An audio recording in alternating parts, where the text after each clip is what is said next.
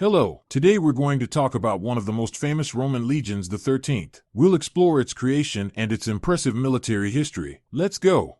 After defeating the Germanic leader Ariovistus in 58 before our era, Caesar found himself short on manpower to control the newly conquered territory in Gaul. As a result, he ordered the formation of two new legions, the 13th and 14th. Both would go on to earn great renown, but today we're focusing on the 13th. The 13th Legion was made up entirely of recruits with no prior combat experience. However, each legionary was loyal not only to Rome, but personally to Caesar himself. Caesar handpicked many of the recruits, anticipating an eventual power struggle with the Senate, and needing trustworthy men in case of civil war. The legion's first combat experience came in Gaul, where they played an active role in conquering the northern and central territories of the tribal lands. Later, they served as a garrison force to suppress potential uprisings.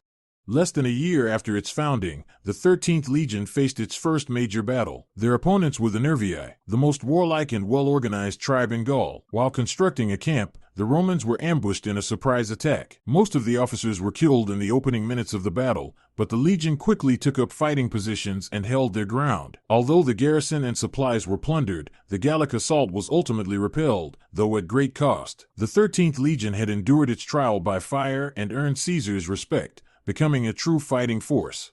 In the years that followed, the legion carried out numerous missions for Caesar and took part in many of his campaigns. By the end of 50 before our era, the 13th Legion had gained enough experience to fight on par with the elite 10th Legion. Together, they became the backbone of Caesar's army. The 13th's reputation was nearly flawless by this point, but its greatest tests were yet to come.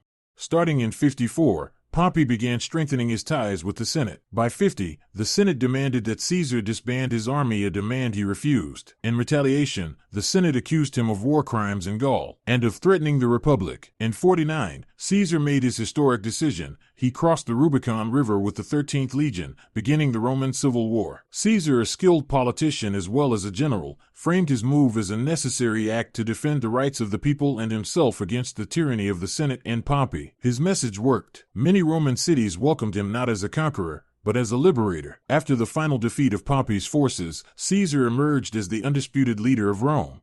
The 13th Legion played an important role in the African campaign, particularly at the Battle of Thapsus, where Caesar faced the last remnants of Pompey's forces. The legion held the center of the line and once again proved its strength, enduring charges by war elephants and launching an effective counterattack. Another major chapter in the legion's history came during the Spanish campaign. After Gaius Cassius took power in Spain, the soldiers of the 13th Legion were denied the pay and land they had been promised. This led to a mutiny. The resulting conflict between the mutineers and Cassius's forces caused destruction and looting in several Spanish provinces. Though this briefly damaged the legion's stellar reputation, the conflict was eventually resolved. Once the soldiers received their rightful rewards, order was restored. Following Caesar's assassination, the 13th Legion found itself at the heart of a new struggle, this time between the Caesarians and the Republicans. The legion was reorganized and mobilized by Mark Antony, one of Caesar's closest allies. The 13th gave him their full support. The 13th Legion remains one of the most loyal and effective units in Caesar's military legacy. It participated in countless campaigns and battles. The crossing of the Rubicon marked the peak of the Legion's fame, as it stood by Caesar during his most decisive and dangerous moment. And that's all for today. Thanks for watching. Don't forget to like and subscribe. See you in the next video.